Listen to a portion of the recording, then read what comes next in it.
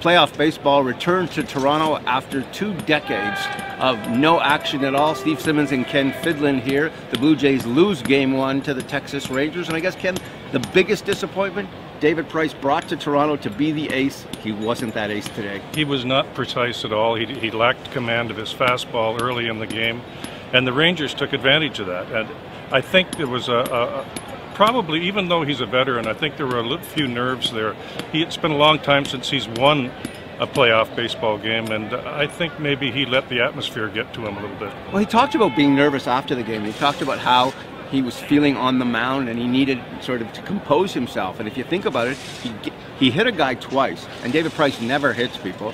He gave up 2 home runs to, the 8 and 9 hitter in the Texas lineup, and that's something that he tends not to do. And so, all the things you normally come to expect from David Price, you didn't get, and this was a chance for him to sort of put the Peyton Manning thing away. Great regular season pitcher. What happens in the postseason? And Texas has been kind of kryptonite for him as well. They've had his number. He probably has the worst numbers against the Texas Rangers that he's had against any other team in the American League.